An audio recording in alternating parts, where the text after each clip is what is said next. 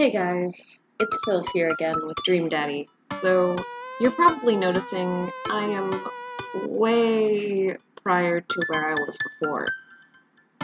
Well, or maybe not by much, but either way, I recorded a third episode, which then got immediately corrupted, and I could not salvage any of the playthrough. So, I'm going to have to make do with recording it all again, and it turns out we actually missed meeting one of the daddies. Like, I had gotten to the point where I met Damien, and then it was instantly to the cookout. We did not meet Robert. So, here I heard from friends that I know play the game, and they said you can either choose to go clubbing here, or you choose to go out to the quote-unquote game later on. So, I'm going to choose to go out clubbing, because that's what we gotta do, apparently. I'm gonna put on a nice outfit and go tear it up on the dance floor. All the hottest dance moves. The lawnmower, the sprinkler, the running man, you know. The ones all the kids are doing these days. Alright, but I'm not gonna pick you up if you pull anything this time. Not again. I'm just kidding. I'm actually going to go out and watch the game. Nice. Which game? You know, the game. The one that's on tonight. Aww. The game. On TV. At somewhere other than here. Okay, cool. While you do that, I'm gonna do drugs and commit some light arson with the Emmas. I'm concerned you're hanging with the wrong crowd. Amanda shrugs. I would have expected you guys to be up in white-collar crime by this point. Maybe money laundering at the least. I'm a street rat, Pops. You're kidding about doing drugs and crime, right? Yes, Dad. Just making sure. I give her a pat on the head. Have fun with your sports. Are you being sarcastic? No, making fun of sports is played out. Alright then. I do some light cleaning around the house and decide to clear out right before Amanda's friends arrive. Before I leave, Amanda stops me. Also, quick note, it's like 3 in the morning in Seattle right now. And I'm freaking tired. Yeah, 2:34 in the morning. Pacific Standard Time. Not fun. So now you know when I'm recording this, at least, like what time of day. Whew. Before I leave, Amanda stopped me. Hey, don't forget that you have a meeting with my English teacher tomorrow. Oh, right, Mr. Vega. Yep, totally remembered. I'll be there. Okay. Good tire pressure is essential to optimal... Okay, I didn't get a chance to read that. Wow, I guess I really didn't think this plan through. I'm not entirely sure where the closest bar is, and Amanda hasn't shown me how to use the GPS on my phone, so I'm gonna have to pick a location and walk in it. Let's go this way. Cool. Okay, we're marching. We're marching in the direction of the game. Any game, really. In the distance, could it be a big burned-out Neo sign? It's the one. Neon sign hangs over a tiny dive bar. Jim and Kim's, huh? Alright, it'll do. The bar is small and dimly lit. The crack of pool balls sounds in the back as patrons laugh and joke. A string of multicolored Christmas lights hover over the bartender. I can't tell if he's Jim or Kim. I pull up a seat next to the bar. What'll it be? 1 beer, please. Sure thing, boss. The bartender slides me a nice cold beer, and I take a sip and enjoy the refreshing taste. Say, are you Jim or Kim? I'm Neil. Oh. I awkwardly turn my attention to the game, which is playing on one of the TVs on the wall. As luck would have it, my team preference is not only playing, but is currently in the lead, which is always a good thing.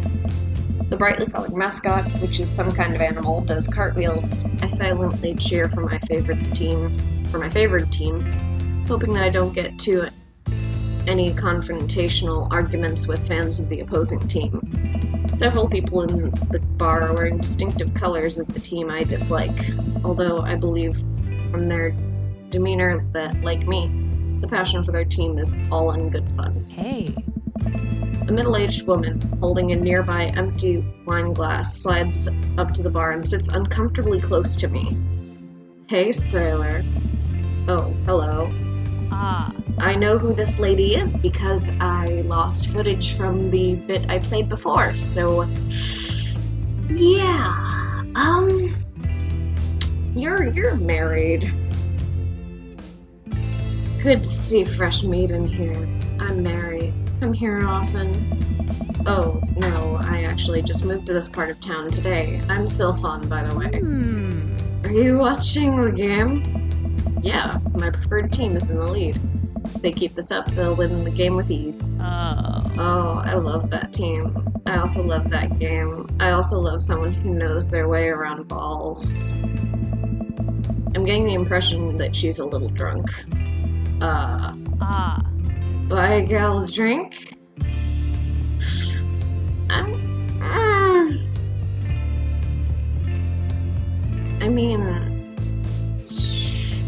not gonna buy you a drink. Maybe some other time? Come on. Suit yourself, sailor. Mary saunters off, setting her sights on the newest bar patron to enter. I happily watch the game over another beer. The game has gotten close in terms of points, a little too close than I'm comfortable with. After a particularly skilled player scores a number of points for the other team, putting them in the lead, I hear an affirmative grunt from another man in the bar. Go team. It's the brooding man from the Coffee Spoon. He sits alone, sipping whiskey and watching the game as well. Enjoying the game. I am now that we're winning. Oh, we must be rooting for different teams. In my opinion, my team is far superior. I have to disagree with that. Based upon our win-loss record, I'd say that my team is superior. That's where you're wrong. Since it stands right now, my team is beating yours. The conversation ends there, with both of us going back to silently, rooting for our respective teams. The game is close, with both sides playing their hardest to win. But in the end, my team prevails. Quiet cheers ripple throughout the bar. I raise a respectful glass at the man drinking whiskey. He raises his in response. An unspoken truce is formed between us based on a mutual love for the game. He motions to the bartender, who pours in 2 glasses of whiskey. The man slides one over to me. The name's Robert. Thanks, I'm Sylphon. Oh. You must be new here. Mary already hit on you. Mary already hit on you? Yeah. Mm-hmm. Robert chuckles. She's a peach. Well, you picked the best part in town. As slimy as it is, you'll never find a better spot than Jim and Kim's. Is there actually a Jim or Kim that runs this place? Hey. No, that'd be Neil. Neil waves from across the bar. Hey. Good guy, Neil. Not enough Neils in this world. Okay. Oh? You a whiskey fella or a beer fella? Beer, but I'll drink most things. You like shots? Ooh, shots fired. I don't like them.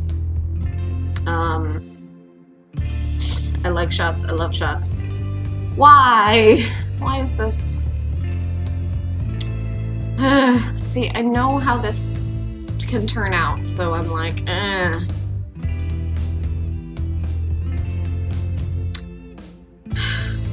Ooh, shots fired. I don't like them.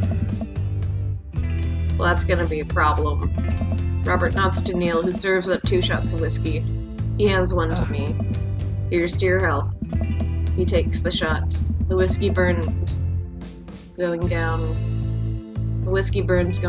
But I'll try my hardest to look tough. Wait, I think this is what making friends is. Okay, Sylphon. This guy is out of my friend league, but I think if I play my cards right, we'll be pals in no time. Compliment his cool leather jacket, his rugged good looks, or his hand tattoo. Hand tattoo. I like your tattoo. What does it mean? It's a reminder. Oh, I'm doing bad with him. I wait for him to elaborate, but it seems like he's done talking. Whoops! Man, this guy is mysterious and cool. Way cooler than I am, at least. Ugh, I keep almost burping. Robert signals to the bartender for another round. What are you doing here tonight? My daughter kicked me out of the house. Running from my problems or trying to make friends. My daughter kicked me out of the house. Not like forever. She's having a sleepover with her friends. Family type, huh? Single dad. He gets up. Hey. Be right back. Gotta powder my nose. Never seen Robert this talkative. He must like you. Huh, I guess so. Gotta admit that Robert has a gruff charm to him. If a guy like that thinks I'm cool, then I really must be. Robert comes back from the bathroom and grabs his leather jacket. I'm gonna go home. You heading my way?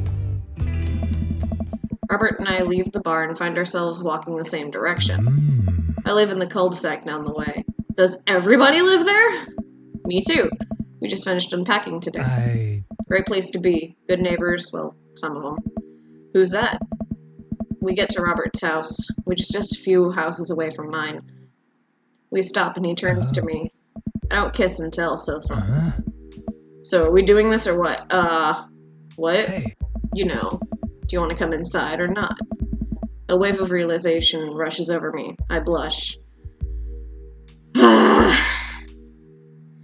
See, okay.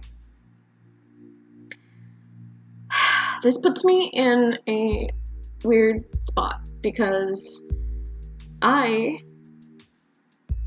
do not really like sexual interactions, and so this is... Oh god, and I know that this ends with you sleeping with Robert, and I don't... He honestly scares me. Like, he... Oh god, he seems like one of those, like, really shady, kind of bad, cool dudes from, like, the GTA series. Oh, and I really don't like that. I really don't like that. So, no thank you. I'd better call it a night. Catch you around? Sure. I head home, head buzzing with whiskey. What did he mean by, are we gonna do this or not? I plop down on the couch and I'm asleep before I even get a chance to take my shoes off.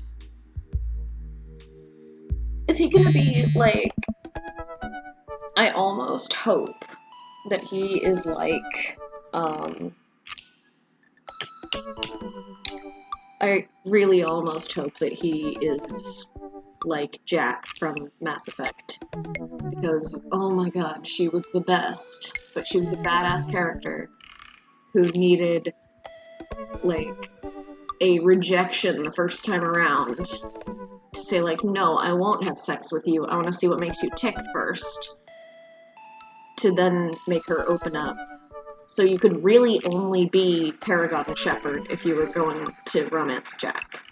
Which I thought was really nice, because, like, that's what I want. I want the emotional bond instead of the sexual first, and nothing more, because, I mean, I don't know about you guys, but isn't sex more meaningful if it's with someone you care about?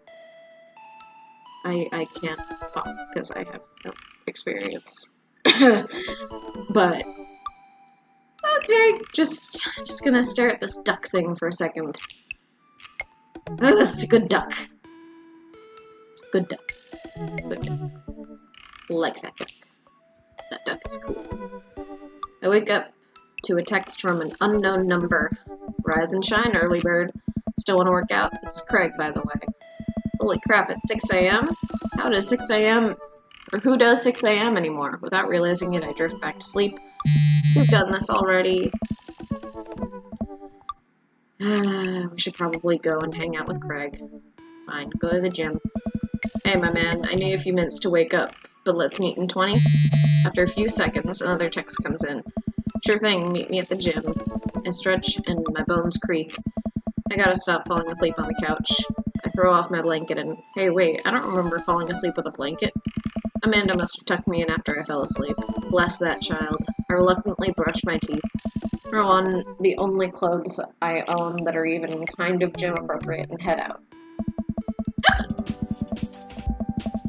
The neighborhood is quiet and serene this early in the morning. Birds chirp and the grass is still wet with dew. Surprisingly, the gym is pretty crowded. I spot Craig standing out front, stretching. Of course, he spots me and waves enthusiastically. Oh. Hey bro, good morning. Hey, you're still wearing your kitty suit! Good to see you, man. I'm definitely not as pumped as he is. Maybe I should have had some coffee before I left. Oh. You ready to kick some butt? Gotta stay posse, dude. With your help I am, or help! With your help I am. I get the feeling this is going to be less of me kicking butt and more the gym kicking my butt. But I can handle it with you here. Dude, bro, that means a lot. Aw, love heart. Hey! Oh, also, just making sure, I did answer literally everything the same when I restarted the game, because, oh boy, it did not autosave back to when I started, so I had to restart the entire thing. So yeah, I had to start the game completely over again. Not fun. But hey, we're here with Craig, so let's have a good time if we can. We head into the gym and I'm immediately intimidated. All these people look like they could break me in half, and it seems like Craig is friends with all of them. Oh. He high-fives and finger guns all the cool jocks in the room. They look like they could and would steal my lunch money to spend on protein shakes. Nice. Come on, bud. Let's warm up. Whew. Okay. We head over to the treadmills and start walking. Okay, I can walk. Walking is good. It's a decent place to be. Walking. So, I know we are on treadmills. Nice. Yes. And those over there are ellipticals. Oh. Very good. What is the other stuff? Craig laughs. Bro! They might look a little scary, but I guarantee that all of them serve a specific purpose for building muscle mass. I watch as a dude in a muscle tee flexes a muscle I didn't know existed on a machine I think was once used to process grain into flour. What is that? Why is that guy doing that to himself? That's a good question, bro. What do you think he's doing? Training to crush people's skulls with his thighs? Using a medieval torture device? Or praying to some sort of pain god? Training to crush people's skulls with his thighs.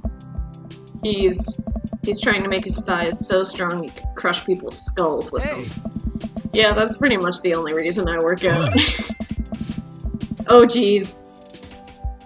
Also, yeah, I'm pretty sure those are eggplants. I was rewatching the footage of my Brian meeting, and I'm pretty sure those are, like, little eggplants. I don't know why. I really don't know why. Oh no, Craig is turning up speed. I better do the same. How long have you been doing the buff thing? Oh. Couple of years. And what do you do when you're not dadding or working out or buffing? Oh. Oh, I coach my twins' softball team. That still counts as both dadding and buffing. I keep busy. What do you do for fun? I love learning. I try to live my life as close to Jimmy Buffett song as possible. Or I check out my hot bod. I love learning. I try to educate myself on the world around me. I'm like a sponge for knowledge, soaking up all that intellectual content. You know, history, paranormal, wilderness survival, aliens. Mostly those things. Oh. So you watch the History Channel too, huh? Yes. Yep, those are eggplant. We're jogging now. Oh god, we're jogging now. I look over to Craig, who hasn't even broken a sweat. How is he doing this so effortlessly? I'm dying. I can feel my life force draining through every orifice of my body. Hey, remember when my fish died in college? No, I don't like this story.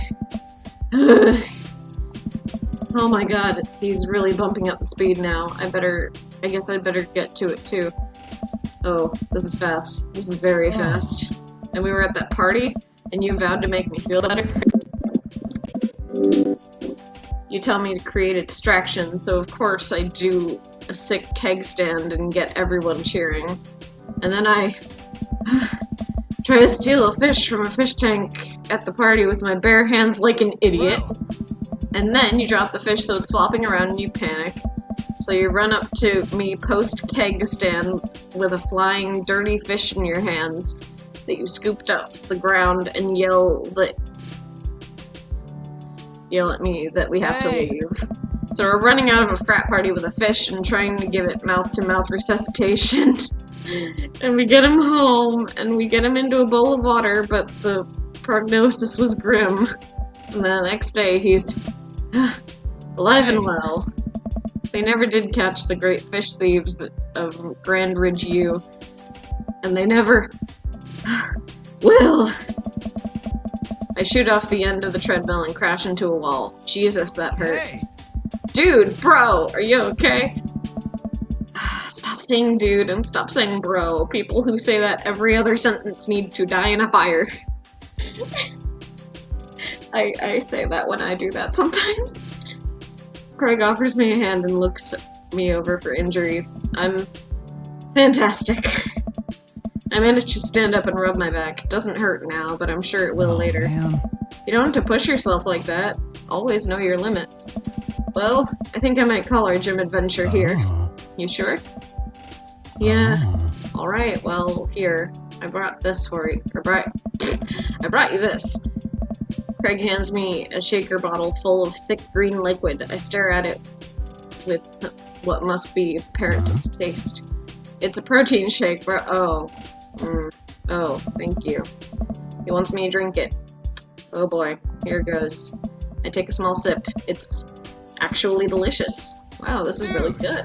And good for you. It's my special recipe. I'm pretty proud of it. Let me know if you ever want to work out again.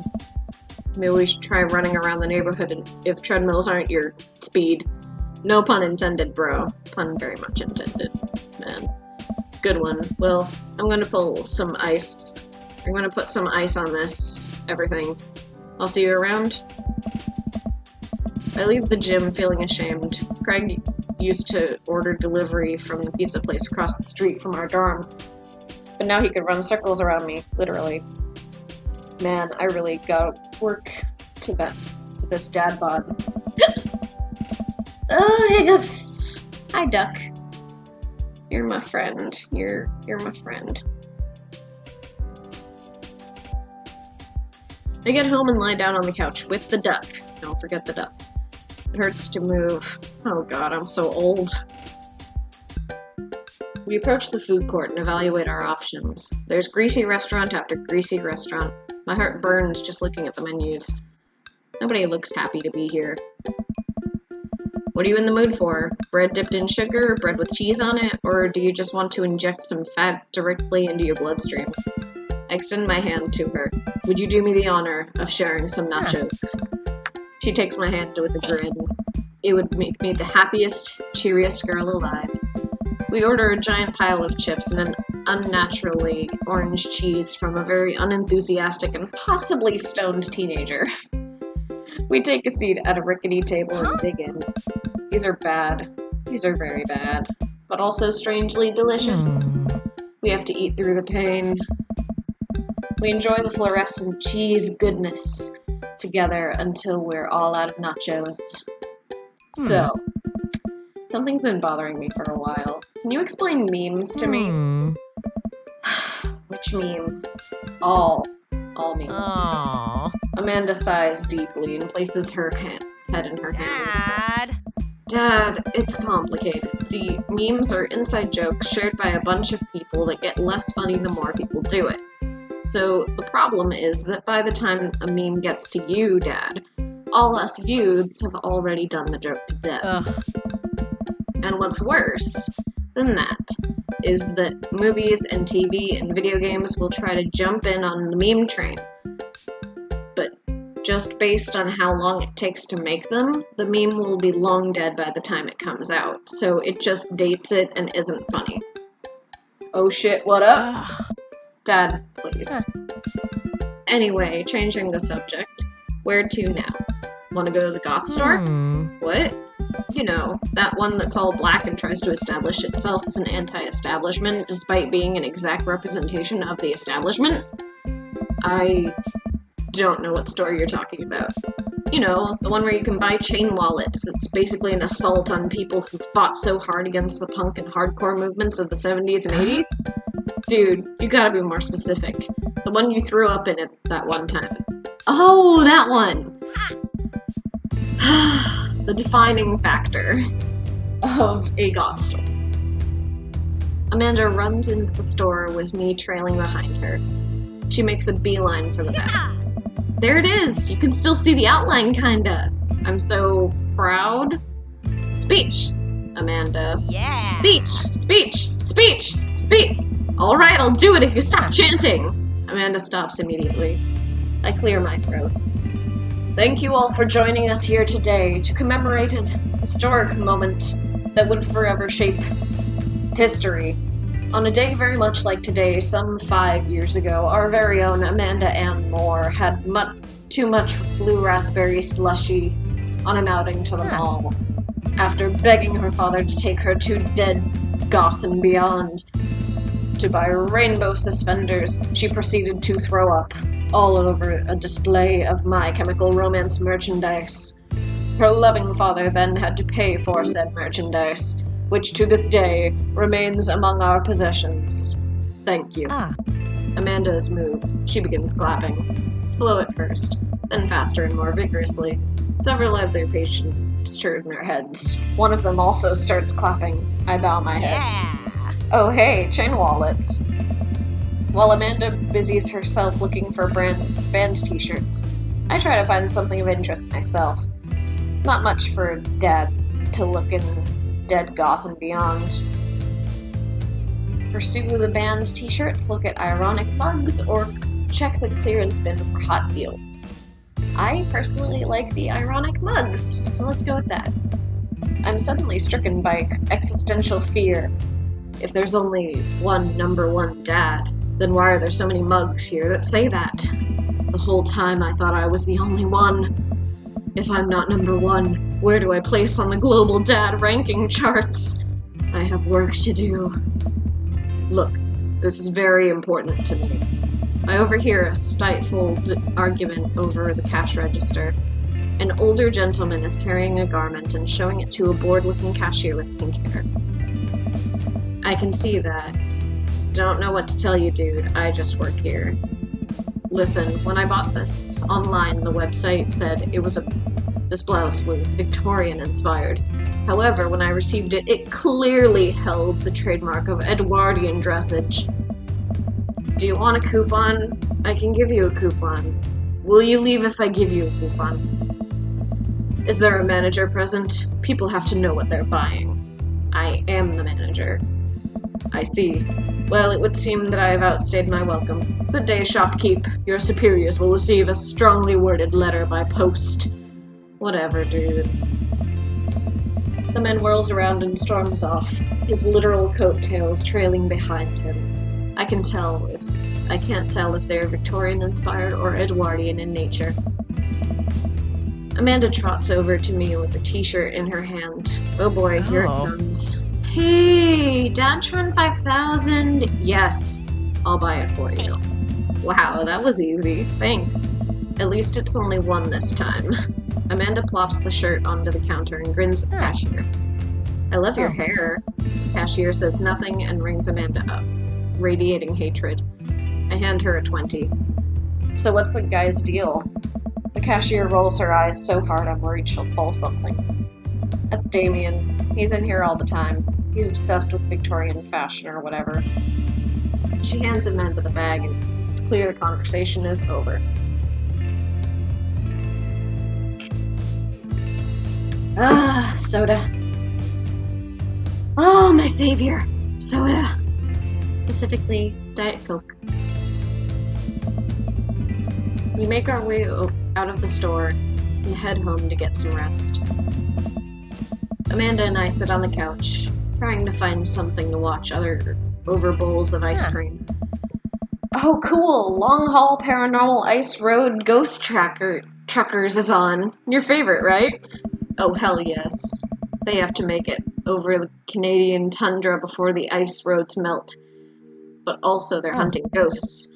Also, the trucks are haunted. This is an episode I've already seen, but it's one of the best. Callum and Flint Dogbone, twin brother truck driving and ghost hunting duo, find themselves in the greatest peril yet. Oh no! The ghost done got control of the truck! I can't steer on them there damn ice roads. Let me use the EVP meter and try to communicate with the spirits. Flint, we're about to die. Ah, almost got it. If you listen carefully, it sounds like they're saying, you're going to die. That's because we are about to die, This is art. The episode ends and Amanda excuses herself to go start arguments on the internet. I stay up a little longer, curious about the exploits of Callum and Flint Dogbone after their disastrous ice road accident. Afterwards, I crawl into bed and get a good night's sleep. With the duck, I hope. With the duck. Duck is my friend. Don't use metal utensils on non-stick frying pans. Snore, snore. Morning sleepyhead. 5 more minutes. You've never let me have 5 more minutes, so get up. Fine. We have cereal for breakfast and spend the morning putting together furniture. Amanda is much better at interpreting the tiny manuals.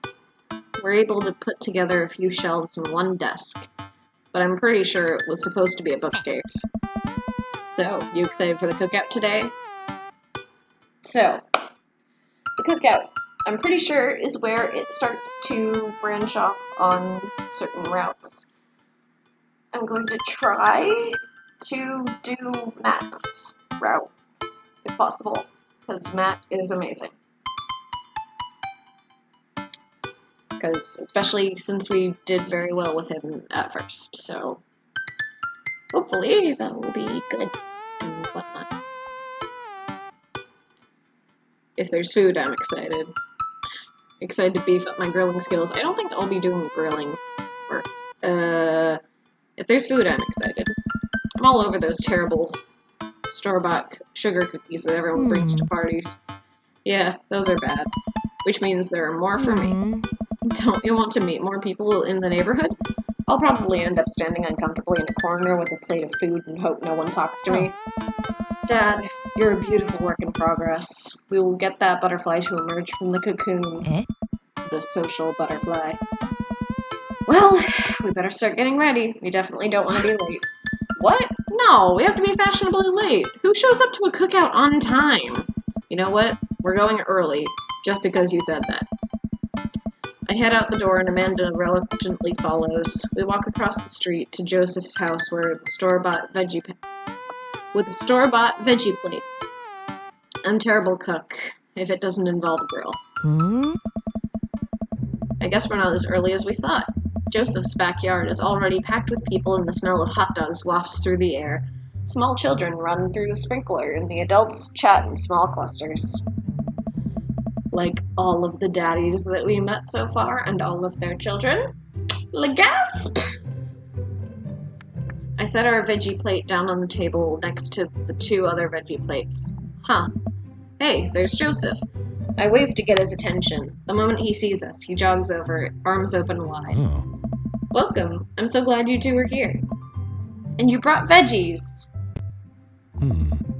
Let me introduce you to my family. Kids, come on over here. This is Chris, my eldest.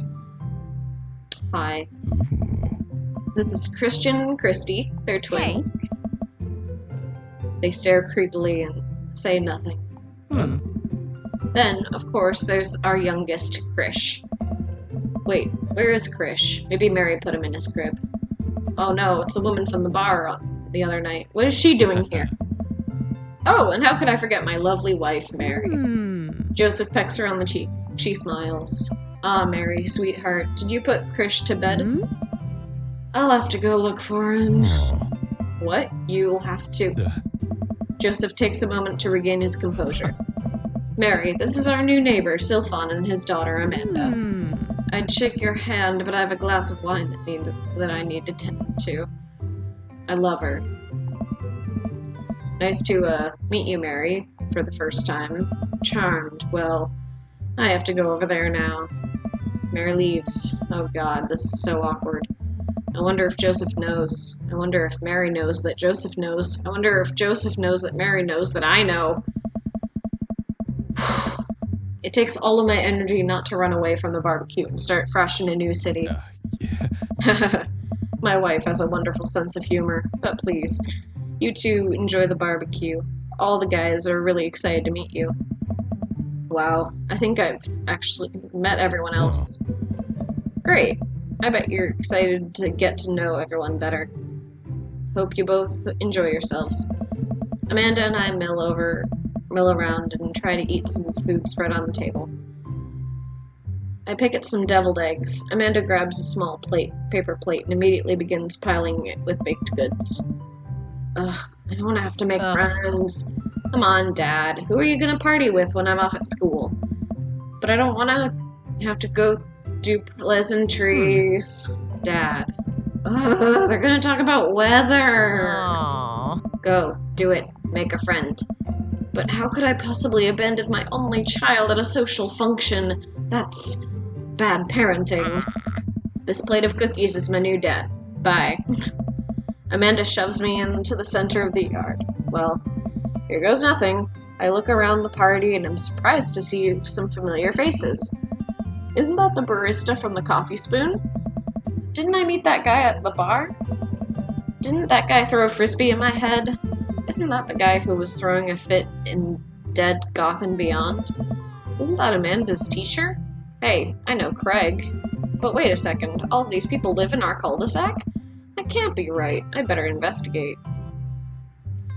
So like I said, we'll try to go after Matt this time. Matt and Hugo seem to be embroiled in an intense discussion. Craig looks on, smiling politely. I walk over to say hello. Well, I don't think it's fair to try and compare two art movements like that. Periods in art only exist because they're a unique byproduct of the social and political climate in the time and place.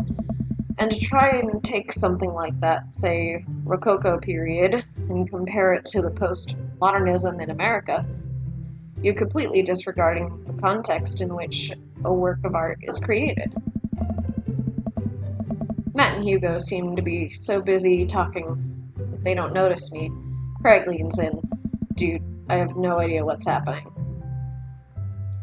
Listen in on Matt and Hugo. That kind of comparison just eliminates the reason art movements are so important in the first place. You're not wrong, but I think there's no harm in comparing one work of art to another. You can definitely say one painting is better than another if you're evaluating technical skill from a purely formalist standpoint.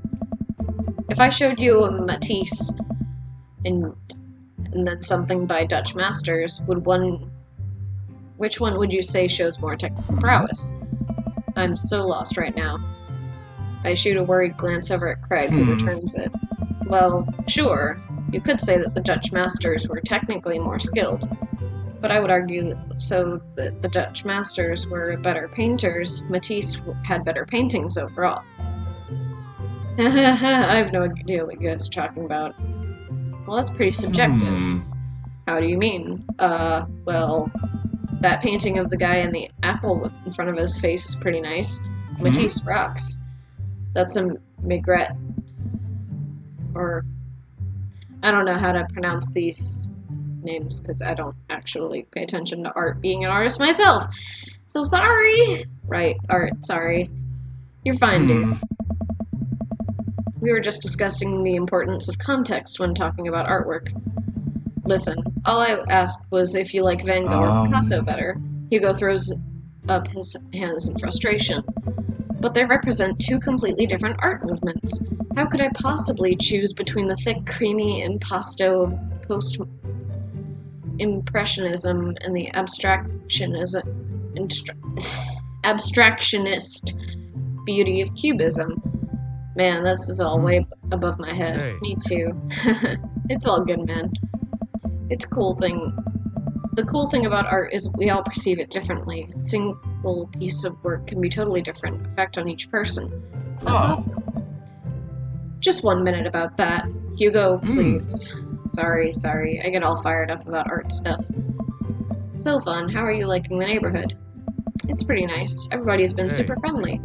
Seems like your daughter is fitting in just fine. Matt points across the yard where Amanda, Daisy, and another young girl are playing. They're all sitting cross-legged in the grass, picking weeds and weaving them into flower crowns. It's pretty adorable. The girl I don't recognize jogs over to us. What is it, sweetheart? It's the flower crown. I thought you'd look cute in it. Well, there's only one way to find out. Matt takes the flower crown and places it on top of his head. Am I cool now? The girl stares at him, thinking it over. Nope, but you're slightly less uncool than you would have been before you put it on. Hey, still fun. This is my daughter. Hello. I'm Carmencita. Amanda comes over with Daisy in tow. Dad, look, I'm making friends. Are you making friends? You better be making friends. Yeah, actually, Amanda. You remember the cool barista from the coffee shop and my old college friend and, your teacher? Oh, hi, Mr. Vega. I didn't realize we were neighbors. Yep. You still gonna get me that overdue term paper? Great seeing you. Amanda finger guns her way out of the conversation like a champ. She learned the finger gun move from me. I'm very proud. She's definitely a charmer. Speaking of which, where did my son go? Sweet Manchego. Hugo looks around the party. He must finally spot him because his eyes go wide.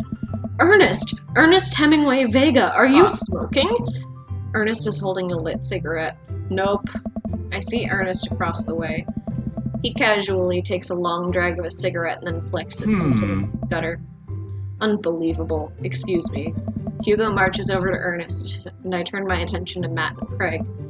Kids, right? Man, I do not envy Hugo.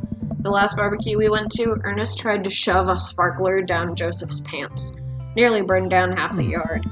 And the barbecue we had before that, he actually did burn down half the yard.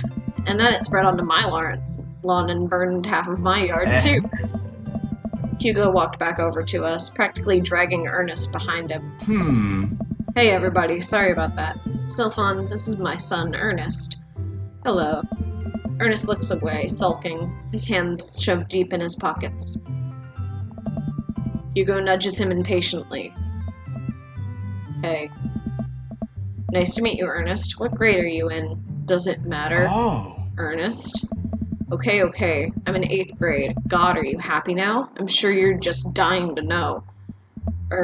Yeah, good for you. Can I go now? I'm tired of talking to old dudes who blame my generation for the failing economy. Ouch. Ernest. Oh yeah, because I'm totally embarrassing you. Ernest puts earbuds in and storms off to stand in a corner. Well, that was certainly something. He seems nice. Hugo puts his head in his hands and sighs. I'm so sorry. He's really having a tough time. As much as I want to be the cool dad, I have to be the authoritarian dad, and he's clearly resenting me for it. I mean, I think as a dad and as a teacher, that's about as authoritarian as you can get. Honestly, are any of us cool dads? Is it even possible to be a cool dad? What? I'm cool as a cucumber. See, that right there. You can't say that. My kids think I'm cool. But for how long, Craig? How long do you think we get to be cool dads? I don't know. I think we just have to accept the fact that as dads, we've become the machine we once raged against and accept our fate to unironically wear socks with sandals. Your kids may think we're cool now, but the moment they hit puberty, you're doomed. Amanda is 18, she still thinks I'm cool. I yell across the yard to my daughter. Amanda, I'm cool, right? Amanda just laughs. She keeps laughing. I see your point. As much as we all want it, I don't think it's as important to be a cool dad as it is to be a good dad. We can't all be the best dads or best friends with our kids. It just doesn't work. I mean, look at me and Ernest. Our jobs as parents is to make sure the kids turn out okay. Yeah, you're right. But it'd be nice to have both ways. Hearing these guys talk about this makes me think of my relationship with Amanda. We get along so well, but there might come a time when it won't be like that. Is college when that happens? Don't let us eat up your time, Sylphon. Go meet with some of the other people around the neighborhood. Burger time. And without further ado, let's work some magic. Joseph closes his eyes, takes a deep breath, and gets to work. With the greatest of ease, he sets patties on the grill, flourishing as he flips his spatula in the air. It's easily some of the best grill work I've ever seen. You guys think this is my first time in front of a grill? He's working faster now, effortlessly tossing cheese onto patties and perfectly grilling onions on the side. One after another, the dads take notice and crowd around Joseph to admire his masterful technique. Oh. You probably didn't know this, Sylphon, but Joseph is known around here for his grillmanship. He's ungrillable. I've tried to get on his level, but I just can't catch up. Let us keep studying. He has a rare quality about him. Mustard, we keep talking about this. Can't we just appreciate the artist? I've never seen him make a mistake. Hey! Okay, we need to stop. This is getting too cheesy. Please stop! All of the children in the party boo the glorious display of puns in unison. Alright guys, the food's ready. Please form an orderly barbecue. Amanda groans. We all grab our food and hang out, enjoying perfectly cooked cheeseburgers. Man, it's so wild how all us dads live in the same cul-de-sac. Kinda nice, isn't it? It feels like we're a real community here. Totally helps when you're a single dad trying to raise a kid. We're happy to have you here, man. I think you're gonna like this neighborhood a lot. Plus, Amanda seems to be getting along with all the kids. If she decides to get into the babysitting game, she'll really make a killing. Hey, why don't you add us on Dadbook? Dadbook? Yeah, it's a great social network for dads to keep in touch with each other. We're all on it. So if you ever need to reach anyone, that's the simplest way to do it. Sorry, I'm just an old-fashioned dad. Social media goes over my head sometimes. Don't worry, Pops. I'll help you figure it out. The rest of the barbecue goes smoothly. We all trade stories and drink beer as our kids play on the lawn. Amanda breaks up a fight between Carmencita and those weird twins. Think they wanted her soul. Amanda and I walk back to our place and the sun sets over the neighborhood. Pretty fun party, don't you think? I mean, I got a burger in me. Sweetie, if I can impart any sort of wisdom upon you right now, it's not that this was a bad situation. But if you're ever in an uncomfortable situation, always look for the silver lining. The silver lining can get you through the other side. We ate rockin' burgers today, and it was good. Amen. Well, hey, at least you met some other cool dads. You should hit them up on Dadbook. Maybe I will, if I ever figure out how social media works. I have a good feeling about this place. Me too, Dad. Use your hips when throwing. Duck! My friend, the duck! Amanda and I arrive home with the remnant of our veggie plate. Seems like nobody was really into the cauliflower. Any big plans for this evening? Actually, yeah, I'm going out with some friends. Oh, is that okay? Of course, just keep me posted. And be home before midnight. You got it. And be careful. I will. Make good choices. Of course. And call me if you need anything. Dad, you're not going to do that thing where you wait for me secretly to come home in the living room all night with the lights off, are you? What? No, I've never done that, and I will never do that. Okay. Do you have plans tonight? My plans were kinda to eat ice cream and watch TV with Amanda, but I'll find something to do. I'm gonna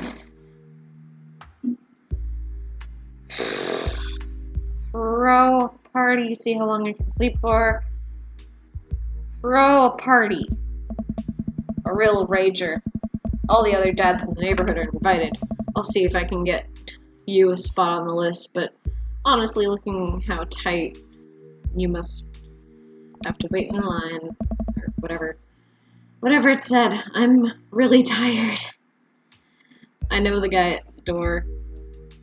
I'll get in, no problem. I'm just relaxing tonight. Have fun, okay? Great. See you later.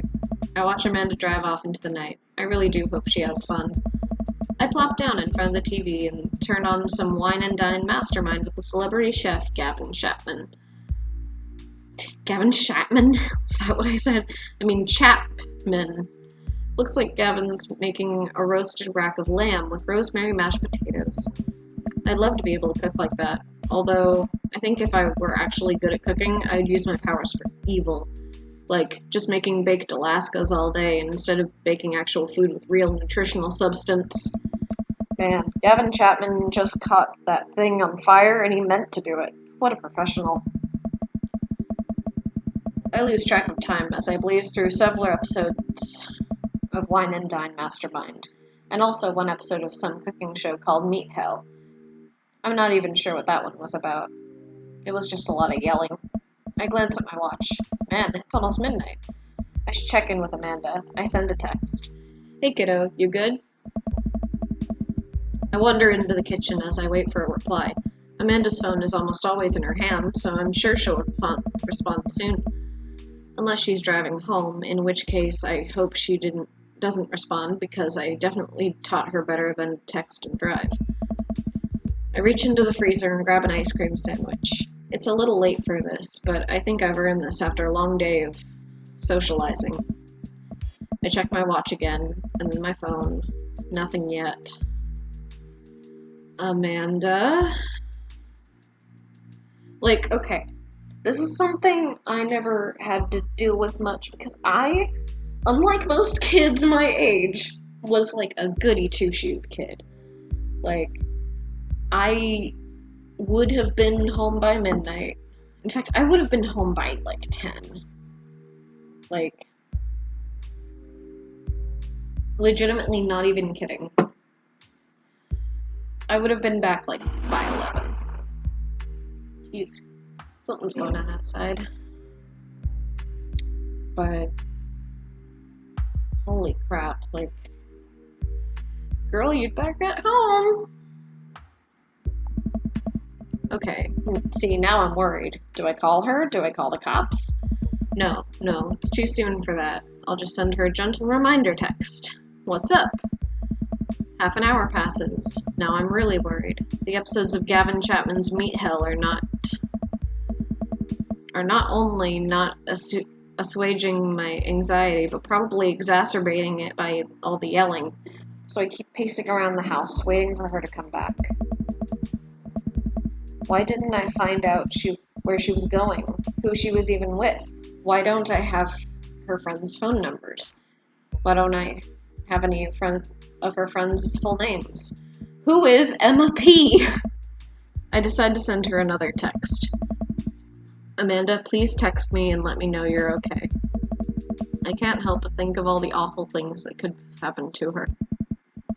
Oh, thank God it's her. Amanda opens the door and shuffles in. Finally she's back home. I'm glad she's okay. Sup, sweetie, thank God you're safe. Yep. But now that I know she's okay, I'm really mad. Why didn't you answer any of my texts? Amanda pulls out her phone from her pocket. Oh, whoops, guess I didn't see those. She starts to walk off to her room. Amanda Ann. Whoa, we're pulling out the middle name now? Amanda, you came back an hour and a half after your curfew and you didn't respond to any of my texts. You really freaked me out. I was about to call the cops. Dad, you're seriously overreacting. You're not going to be like this when I go to school, are you? I don't like your attitude. I have a right to be concerned, or I was scared. If it was me, I was scared. You weren't responding, and it was just... It was just like when your dad... I have to stop myself from tearing up. Oh, Dad. I didn't mean to... I sat down on the couch and put my head in my hands. I feel very tired all of a sudden. You really scared me. Just... please don't do that again. Alright. I'm going to bed now. Amanda closes the door to her room, and I head to mine. Jeez. As I'm falling asleep, one thing she said keeps echoing in my mind. You're not going to be like this when I go off to school, are you? Alright. I guess that is it for today. And we shall see where this takes us next time. Whew. So I'm trying to release these videos every day at 10 a.m. Standard Pacific time. So hopefully this will be up by then. If not, it'll get to you later, but it will have better edits. So much like the whole process of getting Dream Daddy, it'll be a bit delayed, but it will be a better final product. So hopefully that's good. And also, guys, if you're listening to this at all, then please let me know what you think of the custom thumbnails in the comments. Like, I personally draw those, and I'm curious to know what you guys think. If you like them, I'll keep doing them. If not, I'll probably keep doing them anyway. They're fun. I know my drawing isn't, like, quite up to par with all of my other really professional stuff, but for quick sketches, I've been pretty proud of them. So yeah. Well, I hope you guys have a wonderful day, and I love you. Bye-bye!